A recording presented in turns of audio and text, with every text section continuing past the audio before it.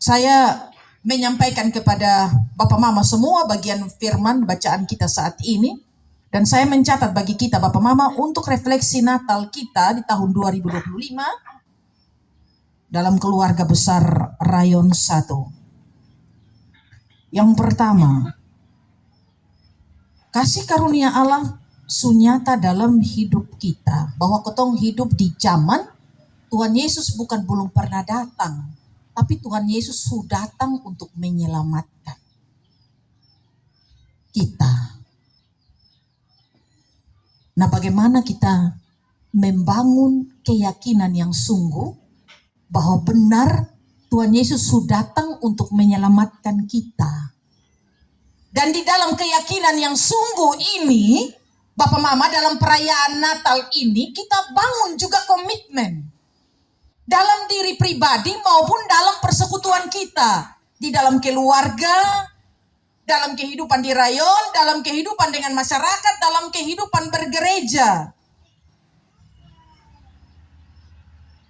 Kita bangun komitmen supaya tidak sekedar kita menikmati kasih karunia Allah, tetapi hidup di dalam kasih karunia Allah itu.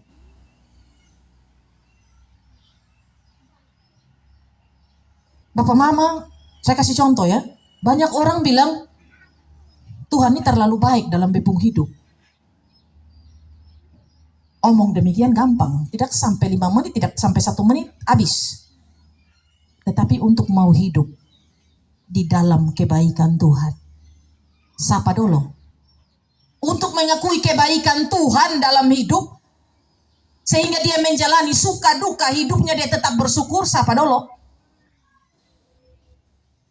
Jadi sekali lagi, kotong merayakan Natal, kotong paham bahwa Tuhan menunjukkan kasih karunia melalui peristiwa Natal, tapi kotong harus hidup di dalam kasih karunia itu. Sehingga ketika kita hidup di dalam kasih karunia Tuhan, maka kotong jangan menjadi belajar dari jemaat di kereta, ya, yang semula hidup kita rapuh, ya, semula hidup kita rapuh. Rapuh karena apa? Rapuh karena Tuhan mengizinkan berbagai perkara untuk kita jalani dan hadapi dalam hidup. Berawal dari diri sendiri. Bisa saja diri sendiri yang cari lapangan pekerjaan sonto dapat. Bisa saja diri sendiri yang mau setia bergereja juga susah sekali. Bisa saja diri sendiri yang masih dibelenggu oleh berbagai karakter dengan manusia lama melekat. Bisa tidak kita menanggalkan, sehingga kita tercatat sebagai tidak saja menikmati kasih karunia, tapi hidup di dalam kasih karunia itu.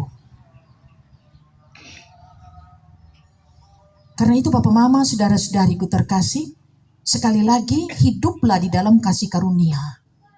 Hidup di dalam kasih karunia ini, kita punya tema, Allah hadir untuk menyelamatkan keluarga. Keluarga ini, kalau dalam cakupan besar, kita semua yang disatukan dalam iman kepada Kristus. Amin ya Bapak Mama ya.